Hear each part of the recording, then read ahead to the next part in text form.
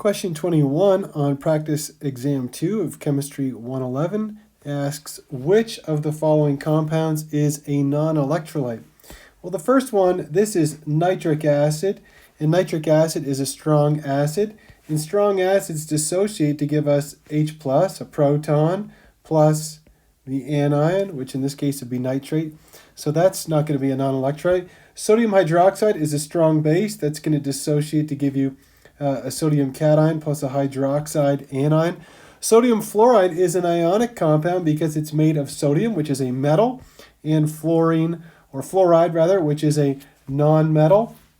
And so ionic compounds dissociate into their ions. The next one is glucose. Glucose is a molecular compound. It's a covalent compound. It is made completely of nonmetals, and it's not a strong acid or base, and so it is going to be a non-electrolyte. The last one is acetic acid, which is a weak acid. However, it will dissociate some to give us the acetate ion and a proton. And so acetic acid, even though it's weak, will still count as an electrolyte. Question number 22 says, identify the major ionic species present in an aqueous solution of sodium carbonate. And so for this, you have to know your polyatomic ions. You have to know that when you have a solution of sodium carbonate and it's aqueous, that it is going to dissociate into sodium ions. So it's going to dissociate into 2 sodium ions and 1 carbonate anion. And you should know the charge of the carbonate polyatomic ion. And so the answer is we end up with B. We end up with sodium ions and we end up with carbonate ions. There we have it. Question 23 asks us, based on solubility rules, which of the following compounds should be insoluble in water? And so if you look at the solubility table, you'll find that the only compound here that's insoluble is calcium carbonate. Question 24 says, if you mix a solution of sodium sulfate, barium nitrate, and ammonium perchlorate, it says identify the precipitate that's formed. Well, we're going to write down all the possible combinations, okay? Because what do we have in the solution? We're going to have sodium ions from the sodium sulfate. We're going to have sulfate ions. We're going to have barium ions. We're going to have nitrate ions. And we're also going to have ammonium ions. And we're also going to have perchlorate ions. So what are the other possibilities besides these 3 ionic compounds that are shown here? Well, we're going to start mixing them up. We could get barium to mix with the sulfate or barium to mix with the perchlorate. So we're going to write that out. Barium sulfate. So we could get barium. So we could end up with barium sulfate. And we could end up with barium perchlorate, ClO4. And so you have to know the charges of your polyatomic ions. What else could we get? Now let's try combining the sodium. We could combine the sodium with the perchlorate, or we could combine it with the nitrate. So let's do that. So we would have sodium, we could have sodium perchlorate, and we could have sodium nitrate. And then lastly, we'll take a look at the ammonium. And the ammonium could be combined with sulfate or nitrate. So let's do that. So we could have ammonium sulfate, and we could have ammonium nitrate. And so these are all of the possible ionic compounds that could be formed when all of these ions that are shown here are put in solution, besides the ones that are obviously here already, okay? So these are all the possibilities. And if you look in the solubility table, the only one of these that is insoluble is going to be barium sulfate. And so the answer is E. Barium sulfate is an insoluble compound. Question 25 is in a very similar vein as the last question. So if we mix all of these compounds, calcium perchlorate, potassium sulfate, and sodium nitrate, what insoluble compound are we going to form? What precipitates are we going to form? And first, let's start by writing out all of the ions. Maybe we'll make a list of all the cations first. So we have calcium, we have potassium, and we have sodium. Now let's write out all the anions. We have the perchlorate anion, we have the carbonate anion, CO3 2 minus, and we have the nitrate anion like that. And so we're going to make all the other possibilities. So we're going to have our calcium mixing with the carbonate and nitrate. So let's write those down. So we're going to have calcium carbonate,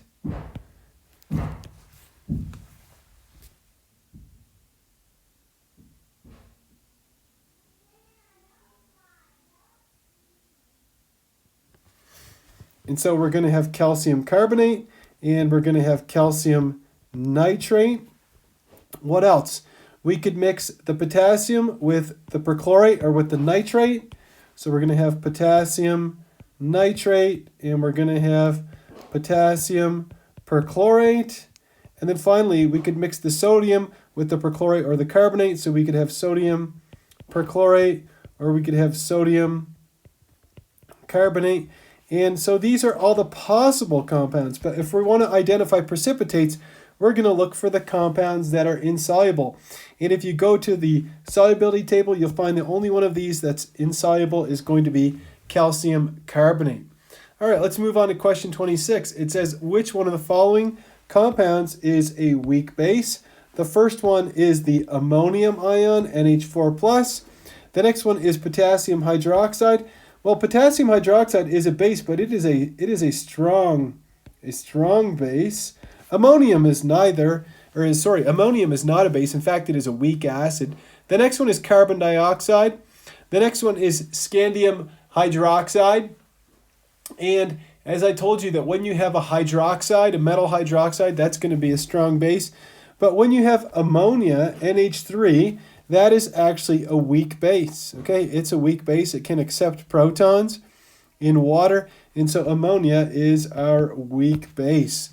Question number 27 asks us, the common constituent in all acid solutions, well, this is one you should know, is that the Bronsted definition of an acid is a proton donor, something that donates a proton in solution. And so the answer to 27 is A. Question 28 asks us, what is the oxidation number of sulfur in potassium sulfate? Well, let's analyze this. We have K2SO4. The oxidation number of potassium is +1 because it's in group 1A. If you look at the entire sulfate polyatomic ion, you know that the overall charge is -2. We also know that the charge of an oxygen is normally -2. And if we take -2 times 4, that gives us -8. Now we have to end up with an overall charge of -2 for our sulfate anion. That means that the charge of sulfur is going to have to add to -8 and give us -2. And so we could write it out like this. -8 plus something gives us -2. And the answer is +6. And so the oxidation number of our sulfur is +6. Question number 29 says, identify the correct oxidation numbers for all three elements in calcium hypochlorite. And so let's take a look at that. First, we'll write the compound out. We got calcium and hypochlorite, like that. Well, we know that calcium is a group 2A metal, so it's always going to have a charge of +2. We know that our hypochlorite ion has a charge of -1, and we know that oxygen normally has a charge of -2. So again, the question becomes -2 plus something gives us -1. And that tells us that the charge on our chlorine must be +1. So the charge on our chlorine is +1. And so we have +2, +1, and -2 right here. And so B is our answer. Question number 30. Which of the following equations does not represent an oxidation-reduction reaction? Well, let's start by looking at water. Decomposes to give us hydrogen and oxygen.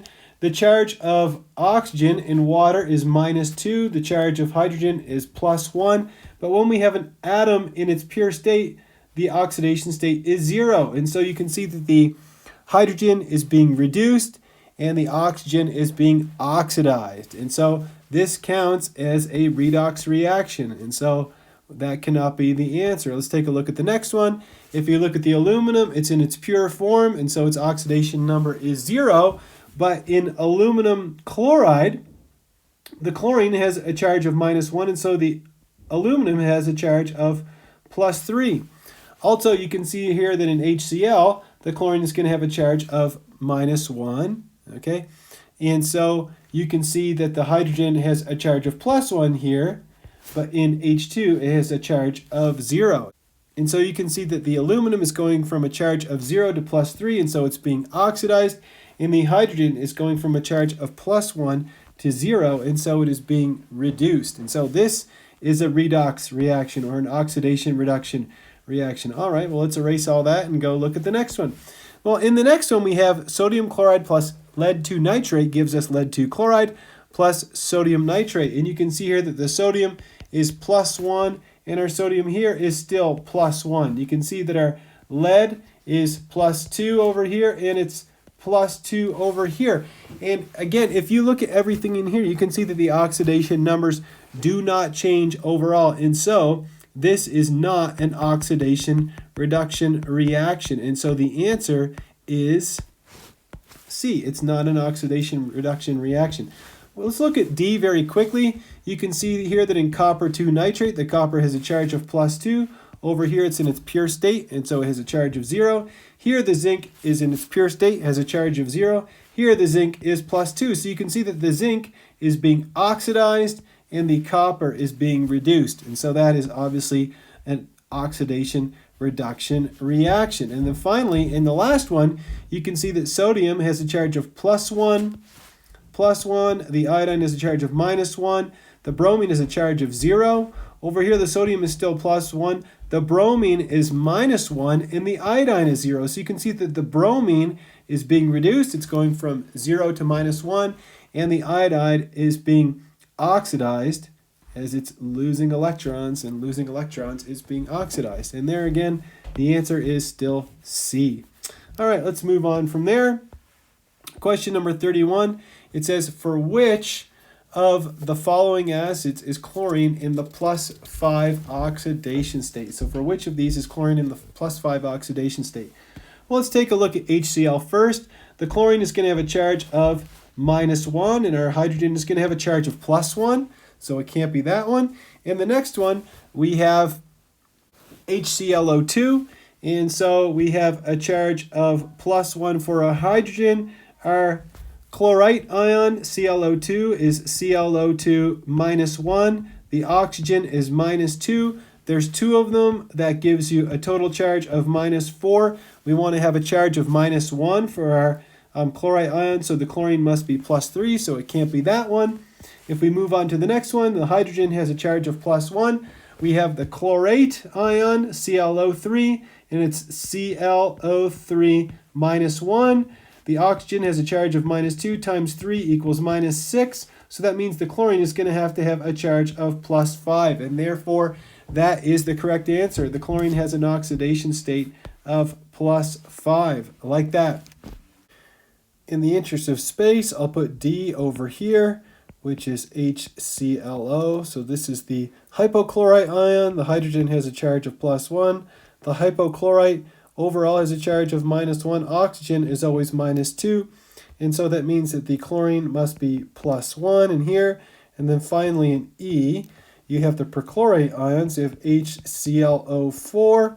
Hydrogen is +1. The perchlorate is overall -1.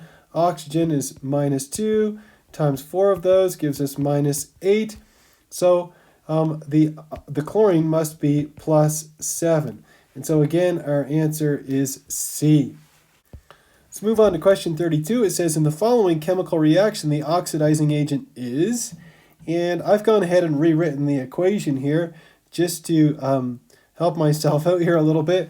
Let's first start with the elements that are in their pure state, the sulfur and the nitrogen.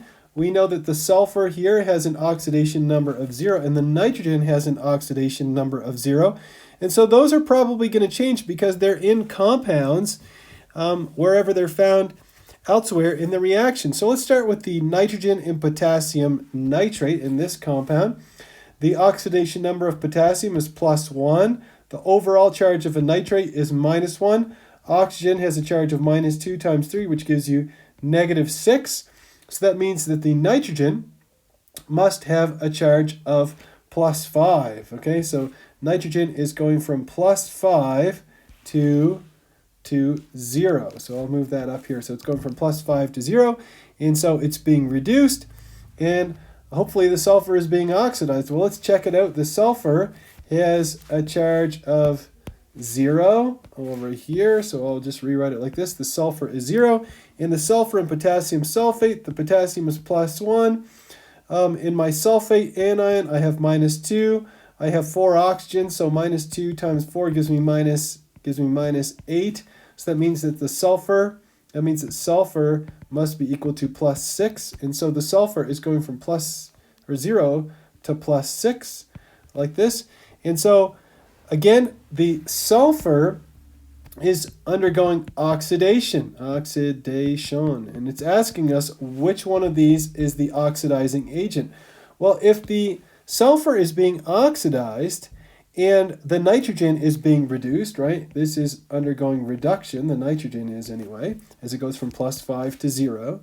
That tells us that potassium nitrate must be the oxidizing agent because it's causing the oxidation of sulfur. And so potassium nitrate is our oxidizing agent.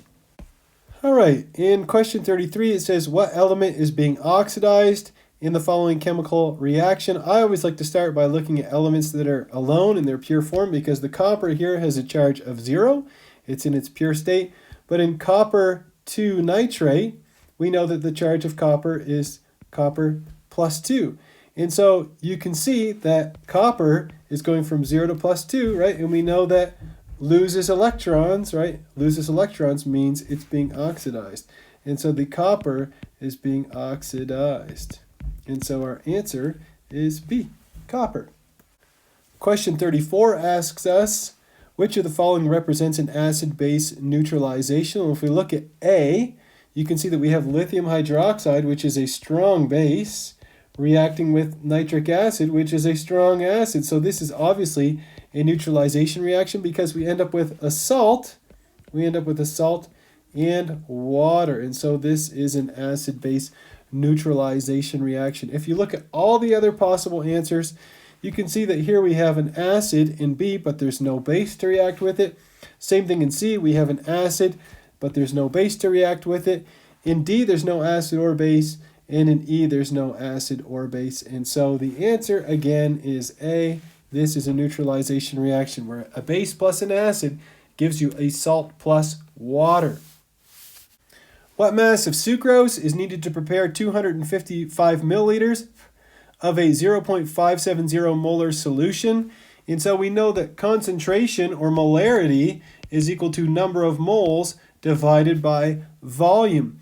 We know the molarity that we want, and we know the volume is 255 milliliters.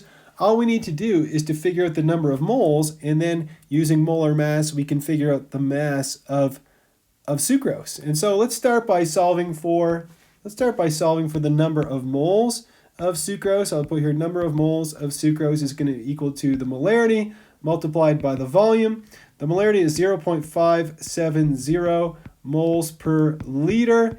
And our volume, I'm going to convert this directly into liters in my head. For that, you divide by 1,000, okay, milliliters in 1 liter, and you end up with 0.255 liters. So I'll plug that in here, 0.255 liters, like that. And when I do that, I get my calculator here, 0.57 times 0.255. You end up with 0.145 moles of sucrose. Now, I've gone ahead and I've looked up the molar mass of sucrose. And so when we want to calculate the mass of sucrose,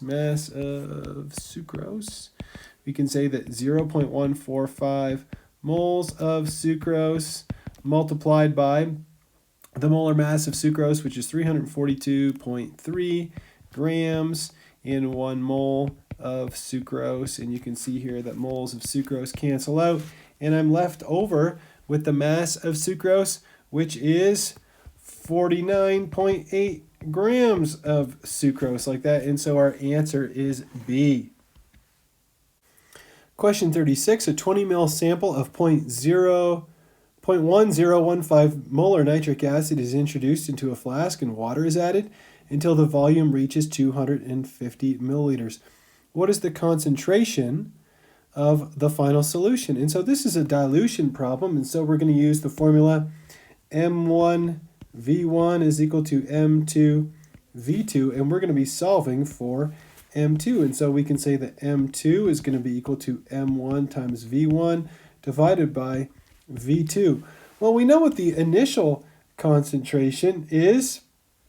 It is 0.1015 molar, and we know what the initial volume was. It was 20.00 milliliters of that sample. And we know the final volume that we're going to attain, which is 250 milliliters like that. And so when we put all of that into our calculator, we see that milliliters cancel out and we are left with molarity. And the molarity is going to be 8.12 times 10 to the minus 3 moles per liter, or molar. And so the answer is right here, D. Question 37. Zinc dissolves in hydrochloric acid to yield hydrogen gas. What mass of hydrogen gas is produced when a 7.35 gram chunk of zinc dissolves in 500 milliliters of 1.200 molar HCl? And so this is a limiting reactant problem. And the first thing we're going to have to do is we're going to have to figure out how much hydrogen gas would be produced from our 7.35 grams of zinc, and if we had all of the HCl in the world, or all of the HCl that we would require at our disposal. So let's start like this. We'll say we have 7.35 grams of zinc, and the molar mass of zinc is 65.39 grams of zinc in 1 mole of zinc. Now we know from our balanced equation that for every 1 mole of zinc, we're going to produce 1 mole of hydrogen. And we know that in 1 mole of hydrogen, we have 2.02 grams of hydrogen, like that. And you can see that grams of zinc cancel, moles of zinc cancel, moles of hydrogen cancel, and we end up with 0.227 grams of hydrogen. Now we're going to do the same exercise for our 500 milliliters of 1.200 molar HCl. So let's say we've got 500 milliliters. I'll convert that into liters. That's 0.500 liters of HCl. And we know that we have 1.200 moles of HCl in 1 liter of HCl.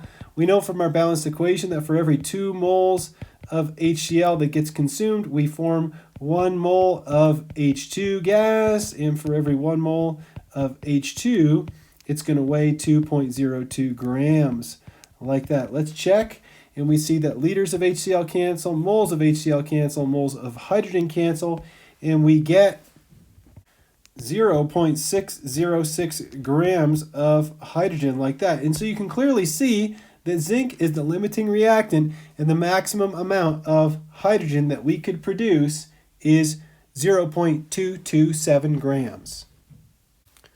Okay, question number 38 says a 350 ml sample of 0.276 molar nitric acid is partially neutralized by 125 milliliters of a 0.0120 molar solution of calcium hydroxide. Find the concentration of nitric acid in the resulting solution. So I'm going to start out by writing a balanced equation for this reaction.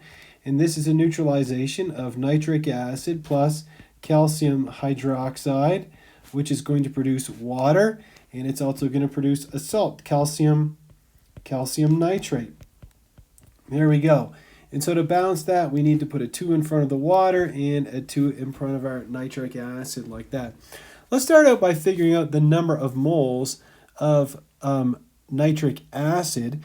And so we have 0.350 liters of HNO3, and we know that we have 0.276 moles in 1 liter of HNO3, like that. And so the number of moles of nitric acid, so 0.35 multiplied by 0.276, is equal to 0.0966 moles of HNO3. That's what we're starting off with, okay? Now, that's the total amount we have. Now, it says that only part of this is neutralized, right? Part of it is going to be neutralized by this calcium hydroxide. Well, let's figure out how much of that nitric acid is going to be neutralized. And so we're going to look at our calcium hydroxide, and we're going to say 0.125 liters of our calcium hydroxide times 0.0120 moles of calcium hydroxide in 1 liter of calcium hydroxide.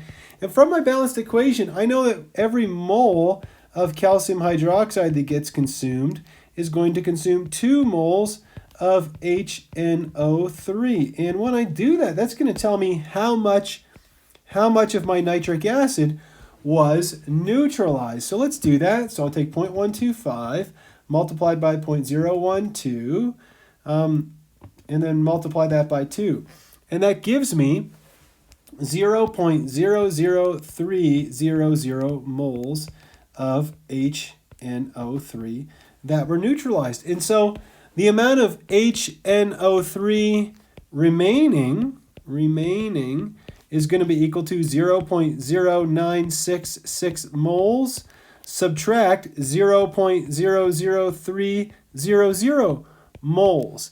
And when I do that, I end up with 0.0936 moles of HNO3. So that's what's left over. Now to figure out the concentration of my nitric acid, HNO3, is going to be equal to the number of moles divided by the volume. The number of moles, I already have that. It's 0.0936 moles. But what's the volume? The volume is the total volume. It's the total of the 350 milliliters and the 125, which gives me 475 milliliters. I'm going to divide that by 1,000 in my head, and I have 0.475 liters. Remember, that's the total, and you get your concentration, which is 0.197 molar HNO3. And so our answer is right here, B. Question number 39 asks us, what's the oxidation number of nitrogen in N2H4? So let's write this out, N2H4. Our hydrogen usually has a charge of +1, so that means that overall the nitrogen is going to have a charge of -2. And there's 4 of those, so that equals +4. And so overall my N2 has to have a charge of -4, and there's 2 of those. And so each one of those is going to have a charge of -2. And so the answer is E. Question number 40. Which of the following represents a precipitation reaction? Well, the precipitation reaction is a result of adding 2 aqueous solutions together and ending up with what? Ending up with a solid. So the only one of these that fits the bill is E. You can see that we're adding 2 aqueous solutions. That means that they are homogeneous, and we end up forming a solid in the end. We also form HBr gas, but we form a solid, and therefore this is a precipitation reaction, and the answer is E.